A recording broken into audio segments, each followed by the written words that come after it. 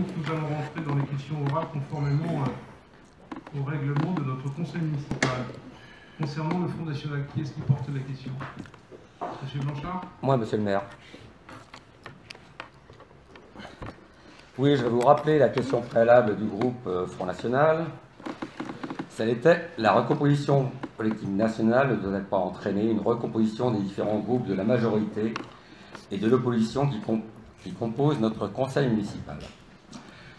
Donc, monsieur le maire, mes chers collègues, la recomposition du paysage politique nazairien, actuellement en marche rapide dans notre ville, amène le groupe Saint-Nazaire Bleu Marine à proposer une clarification et une nouvelle classification des groupes de notre conseil municipal. Notre maire, ainsi qu'un nombre non négligeable d'adjoints et de conseillers municipaux de la majorité socialiste et consorts, ont rejoint dès le premier tour de l'élection présidentielle notre président jupitérien, M. Macron. À l'occasion du second tour de l'élection législative, nous avons de nouveau constaté l'appel de notre maire et de l'ensemble des cadres et des élus socialistes à se joindre à la Macromania ambiante. À l'exception notable de Violaine Lucas, élue socialiste nazarienne au conseil régional, elle a opté pour le candidat de la France insoumise. Pour employer un mot très à la mode en ce moment dans les médias et dans la bouche d'une certaine députée, les Nazériens et les Français ont niqué le Parti socialiste. Ce qui est à mon avis beaucoup moins grave que de niquer la France. À ce sujet d'ailleurs, Manuel Valls, dont se référait régulièrement notre maire, lui a acté dès lundi, pour être cohérent, je quitte le Parti socialiste. Pour vous, monsieur le maire, d'après la presse locale, que je cite, David Samzin n'a pas prévu de quitter le PS pour l'instant.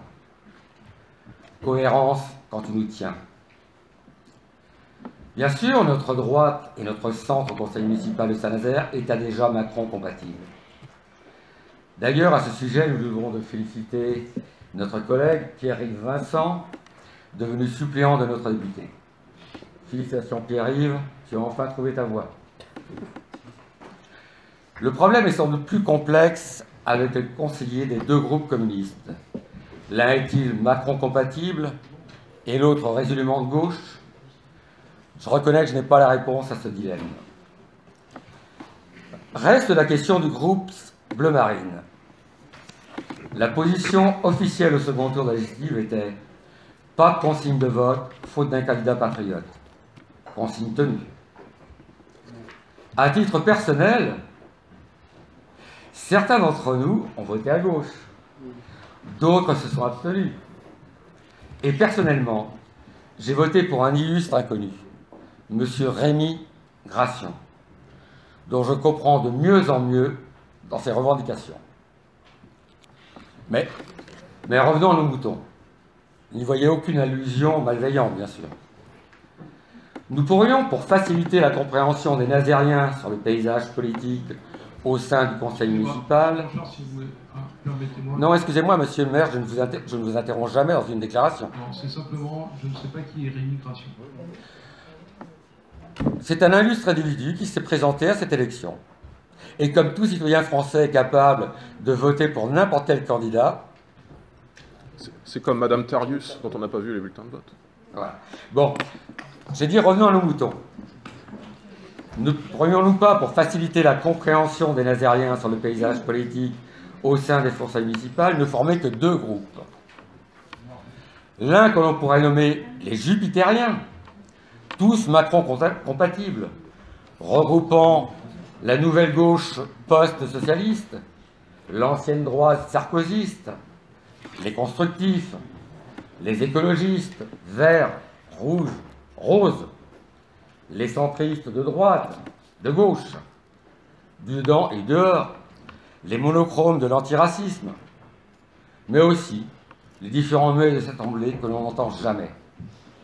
Et il y aurait les nôtres, les Bleu Marines du Front National, ultra minoritaires, bien sûr, mais comme dit un verbe, la valeur n'attend pas que le nombre, la valeur plutôt que le nombre, les convictions plutôt que la qualité.